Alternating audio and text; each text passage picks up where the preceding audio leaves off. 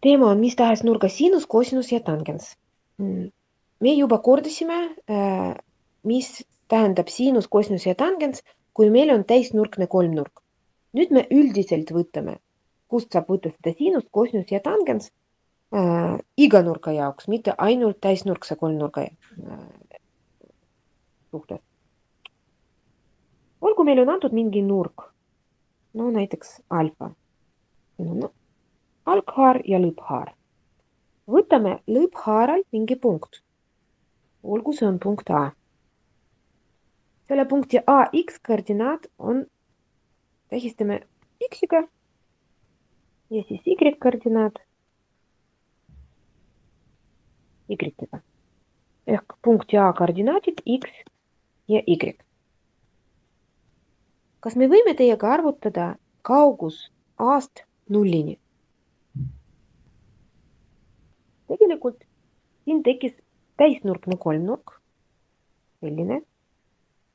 Ja see kaugus OA, see on selle täisnurkse kolmnurga hüpotenuus. Me võime Pythagorase teoremi järgi arvutada seda. Kõigepealt ma tähistan seda R-iga ja kirjutan seos, et see R ruudus võrdub X ruudus pluss Y ruudus. Et R leida me peame võtma ruudjuur. Ehk R võrdub ruudjuur X ruudus pluss Y ruudus. Nüüd alfa jaoks proovime kirjutada seos siinus alfa. Nagu me juba õppisime, siinus tähendab vastaskaateti ja hüpotenuusi suhe. Kaatetid on siin see külg ja see külg. See pikem on hüpotenuus. Ehk siinus on vastaskaateti ja hüpotenuusi suhe. Vastaskaated on meil alfa jaoks X ja hüpotenuus on R. Ehk me peame X jagama R-iga. X on punkti A X koordinaat. Ja R on siis punkti A kaugus nullini. Kosinus järgmine. Kosinus alfa, see on lähiskaateti ja hüpotenuusi suhe. Ma valesti praegu kirjutan. See ei ole X, see on ju Y. See kaugus.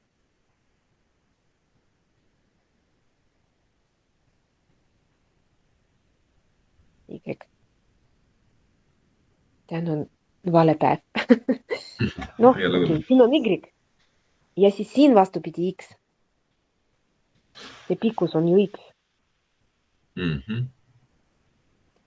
Ja kosinus alfa, see on selline suhe, et me jagame lähiskaated hüpotenuusiga. X me jagame R-iga.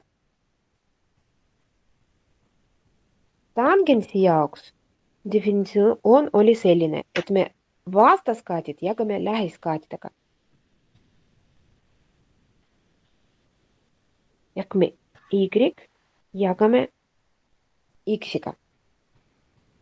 Alfa jaoks Y on vastaskaatid ja X on lähiskaatid. Ehk sellised seosed tekivad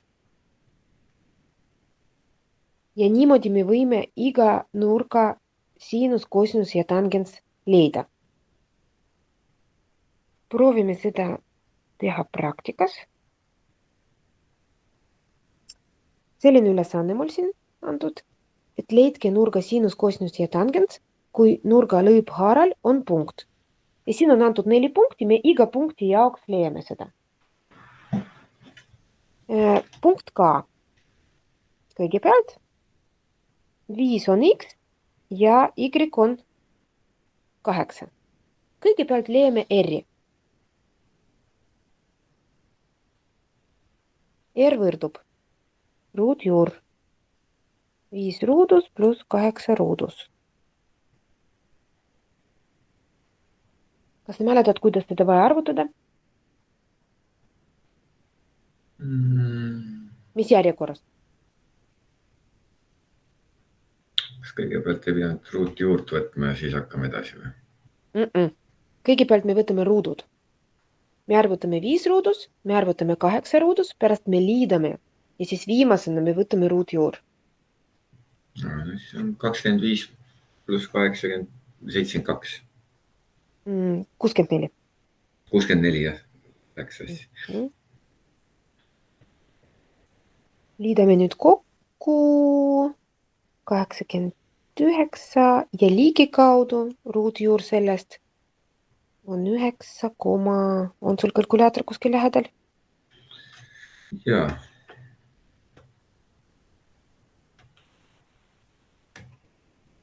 $9,4. Nüüd võtame siis sinus alfa. See oli y jagatud r-iga.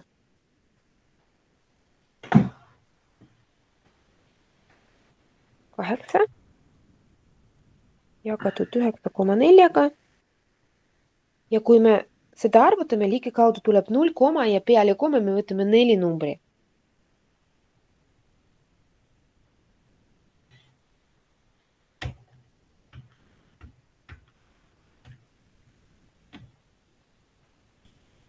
Null koma 8510.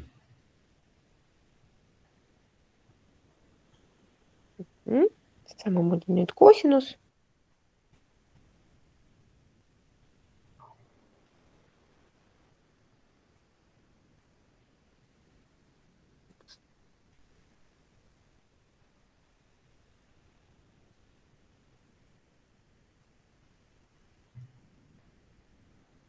Kosinus on x jagatud r-iga ehk 5 jagatud 9,4-ga.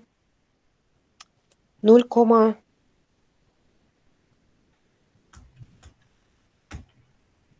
kui palju see on? 0,5319. 1,9 või 9,9? 5,319. 9 on viimane. Ja tangens. Vastas ehk y jagame x-iga. 8 jagame 5-ga.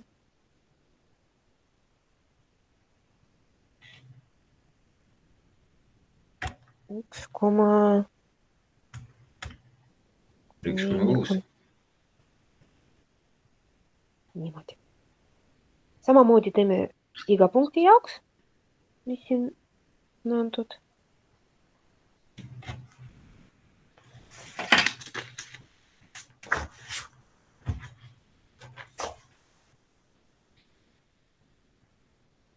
Toon kalkulaatori arvutan.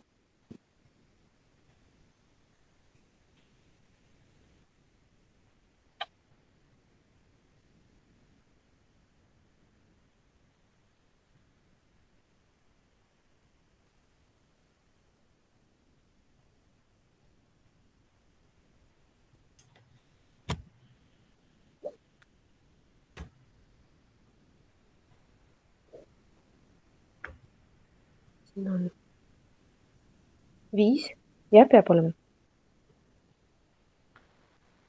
R.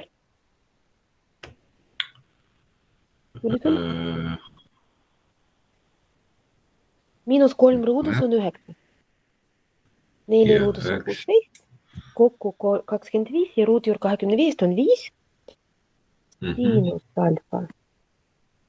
Y jagame R-iga, see on 0,8. Kosinus alfa. Miinus 3 jagatud 5-ga. No esimene negatiivne arv tuli. Miinus 0,6. Tangens alfa. 4 jagatud miinus 3-ga. Miinus 1 ja 1/3. Võime hariliku muru kujul jätta. Ma niimoodi ütlen kogu aeg, et kui raske, siis jagage 1/3-ga, ja? Kui kuidagi saate, siis pigem mitte jagada. Sellepärast, et see, kui on hariliku muru kujul kirjutatud, see on täpne. Aga kui me hakkame jagama, siis seal on ligikaudu, sellepärast, et tuleb periood 3, 3, 3, 3. Sellega on arvutatud. Nüüd tuli meil oli nüüd siin siinus positiivne, kosinus negatiivne ja tangens negatiivne, jah? Esimeses punktis oli kõik positiivsed, jah? Ja esimene punkt on esimese veerandi punkt, jah? See on juba teine veerand. Ja tegelikult ükskõik, mis teise veerandi nurka me võtame, märgid jäävad samaks. Ehk siinus positiivne, kosinus negatiivne ja tangens negatiivne. Nüüd kolmanda veerandi punkt. Kõigepealt R. -2 ruudus. -1 ruudus.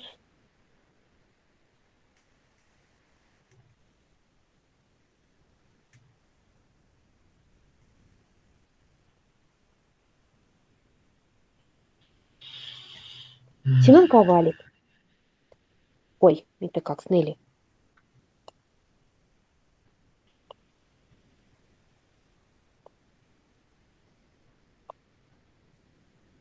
Siin on ka valik. Me võime jätta ruutjuur 5. See on täpne. Me võime ka arvutada liigi kaudu. Ehk selline juba natukene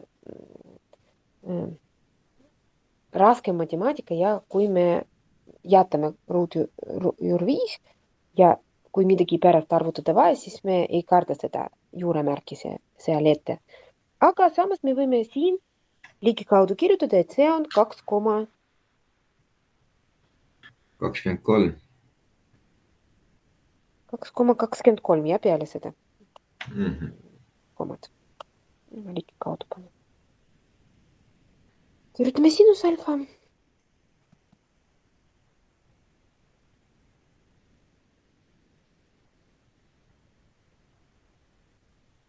See on -0,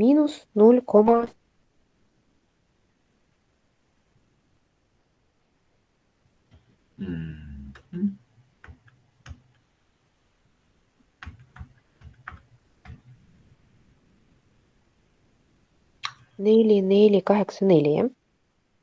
Mul läks midagi siin natuke valesti.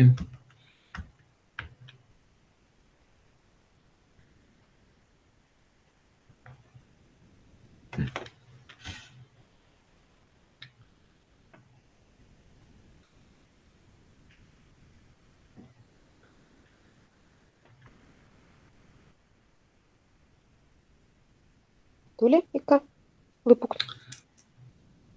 Ta tahab mul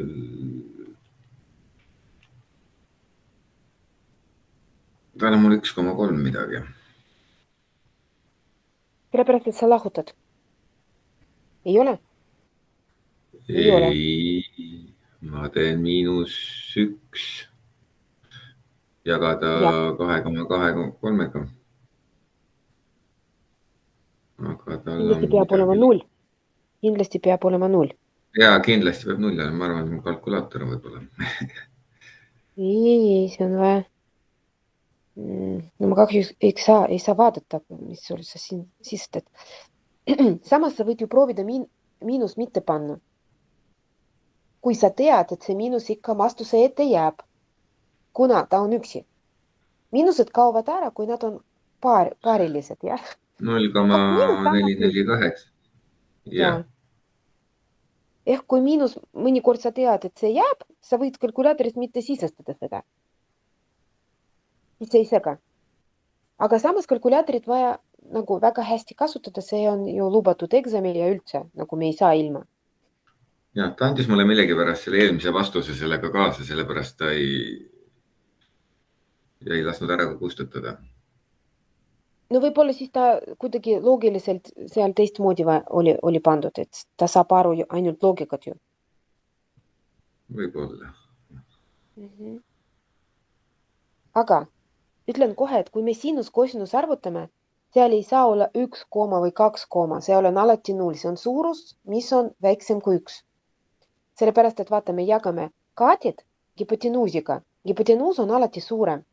Et kui me väiksema arvu jagame suurema arvuga, siis ei saa olla 1, jah, koma. Jah, ei saa muidugi. Kindlasti 0, jah. Ehk ennast võib niimoodi kontrollida, kui sinus alfa tuli 1 koma, siis kindlasti valesti.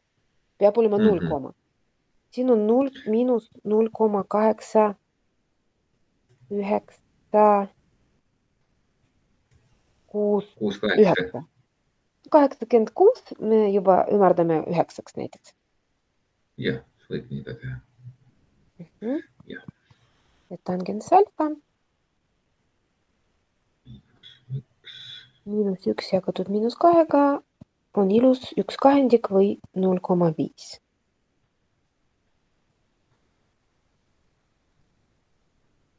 Nüüd meil on siinus kosinus negatiivsed, tangens positiivne ja kolmanda veerandi jaoks pluss 0,5, teab pluss 0,5 siis või miinus 0,5? Ja, 2 miinust annavad siin plussi. Ja.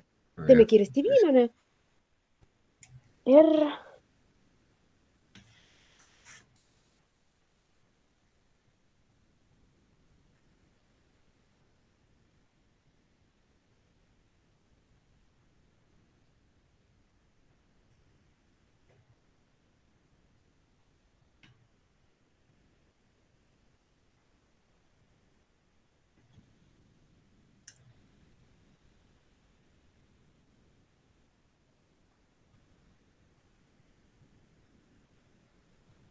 seitse koma 2.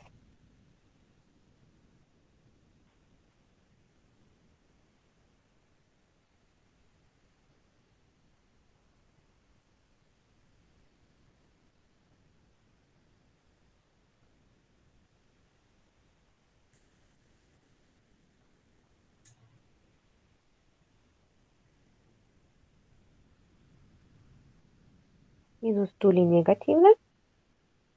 Vaatame, mis kosinusega on. Kosinus tuleb positiivne.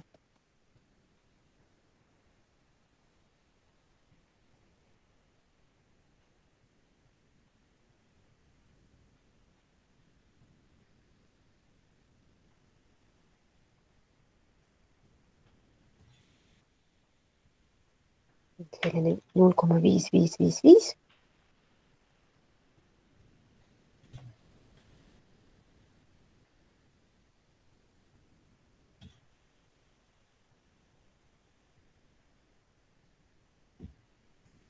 Tangens jälle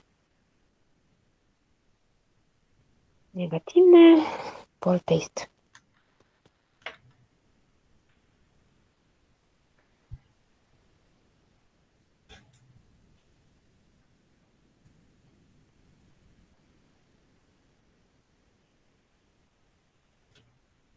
Nüüd vaatame edasi. Siin praktikas me nägime märgid, et esimeses veerandis kõik positiivsed, teises teine olukord, kolmandas ja neljandas veel teised olukorrad. Tegelikult iga nurga jaoks see kehtib. Kui vaadata seda joonist, siin on näidatud, et siinusega nii, et kui nurk on esimese või teise veerandi, siis selle nurka siinus on positiivne, kolmanda neljanda jaoks negatiivne. Kosinusega positiivne esimene neljas veerand, teine kolmas negatiivne. No ja tangensiga esimene kolmas positiivne, teine neljas negatiivne. Liigume edasi.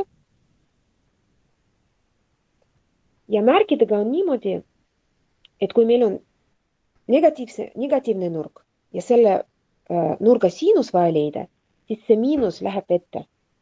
Ja me leiame sama, aga positiivse nurka siinus. Kosinusega see miinus kaob ära. Et kosinuse jaoks, kas näiteks miinus 100 kraadi kosinus või 100 kraadi kosinus on sama suurus. Ja tangensiga samamoodi nagu siinusega see miinus läheb ette. Et need valimid me ka hakkame kasutama. Ma siin praktikas võib-olla midagi isegi ei näita, sellepärast meil ei ole väga palju aega, ma tahan seda viimast teemat ka võtta. Ja need valimid on see, millest ma rääkisin eelmises videos, et kui nurk on suurem kui täispööre, siis täispööret me ei võta arvesse, me võtame ainult nurk alfa. Eks see siinus on sama suur nagu siinus alfa. Kosinusega ja tangensiga samamoodi.